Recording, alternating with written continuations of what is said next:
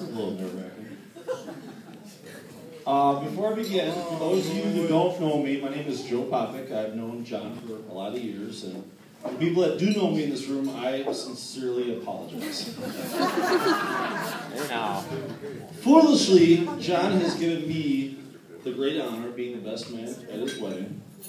Let me say just how excited I was to be speaking at Melissa and John's wedding. It's been a great honor.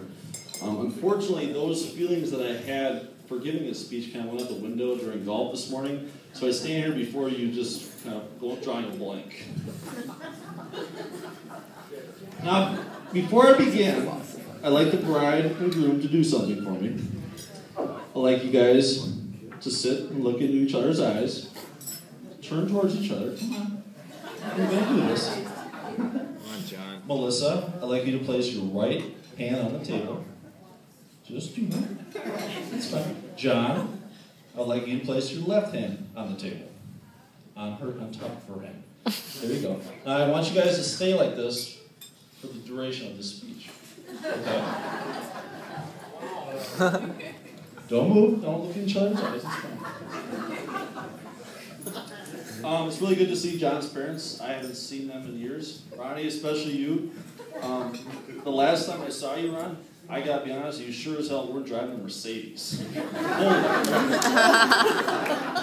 Ronnie, some people say you're going over the hill. I say, now with that car. That's amazing.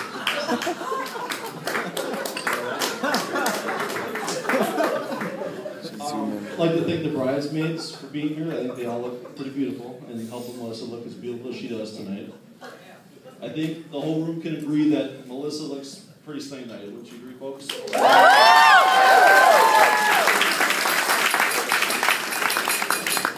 Now, the groom, on the other hand, he looks a little different.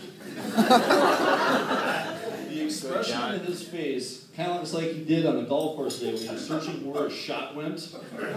And the only expression I can say is, instead of looking stunning, he looks completely stunned. Now, preparing for this speech was a little hard. I mean, I went through a lot of different stories. John and I have done a lot of different things. We've played baseball for a lot of years.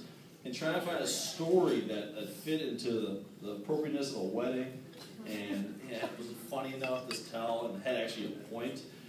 It just proved too boring. So what I thought I'd do, being the relationship expert that I am, I should be laughing in the background for that one. I thought I'd offer a little relationship or marriage, words of wisdom to the bride and groom, to both of them. And they go as follows. For John, I would ask him to set the ground rules first. Let her know who's boss. And then do everything she says for the rest of the time. Please know, if you buy her flowers at any time when you're feeling guilty, she's going to remind you the very second that you had bought something before that. Now I'm going to do some sentimental things, so there should be some pause in the crowd. Don't ever go to bed mad. Put as much into your marriage that you did into planning for this wedding. If there is ever an argument with the in-laws, side with her. Don't ever forget the little things that got you to this day. Remember the small gestures that ultimately mean the most. Always let her win, or at least think she's winning. And always remember this phrase, John. You are correct, dear. Now, Melissa. Look at, she's blushing. She's getting red. You're beautiful, smart, and funny. Really, the only thing I have against you is you went to Wisconsin.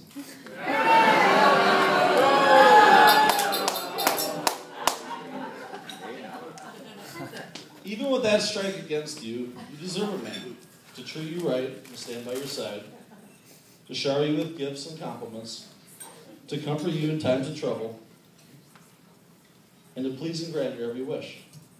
But the most important thing that I can say is to never let any of these men figure out about each other.